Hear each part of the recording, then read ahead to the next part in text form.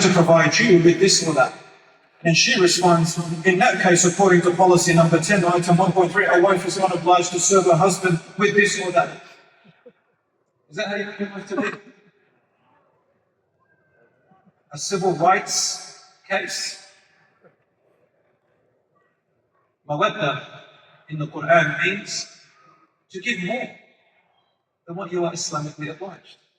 To give up some of your rights, which is your right, but because you want to build a relationship, to have mercy, which means that somebody deserves to be punished, you take it easy on them. You talk through it. You forgive, you pardon. You talk through it, and you talk about your disagreements. You can express your feelings, you can express your anger a little bit, but be careful and have a boundary in order to come up with a solution, or at least an understanding later on.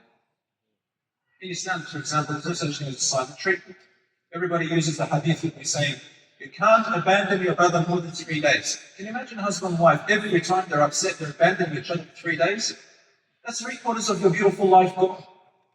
Silent treating each other brings the shaitan and teaches the children to also resort to just running away from their problems. No, you've got to face them.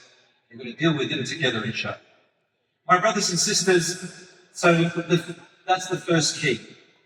The second key in a good family is to understand that this generation you're living in is different to the generation you lived in. You've got to understand that your children live in a very different world dynamics.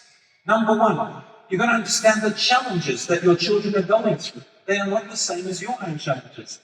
3 of the biggest challenges, forgive me if there's little kids here, but I'll just say in easier words, intimate relationships between teenagers and young adults. They go about it the wrong way. On social media, someone contacts them and suddenly they've got a relationship. Next minute, your daughter comes up to you, or maybe she's not, and she's going through a mental breakdown and a heartbreak. This person promised me this and he told me he's going to marry me and everything, and I've shared information with them.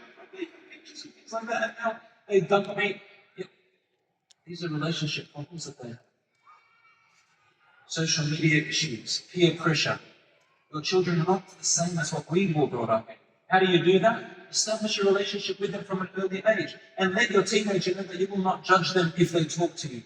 Involve yourself in their hobbies. Involve yourself in their interests. Let them know that you will not judge them on everything. And how do you do that? Let them know that in our family, alhamdulillah, there's room like a bubble that we can talk to each other without judging one another. And you should role model that as a parent.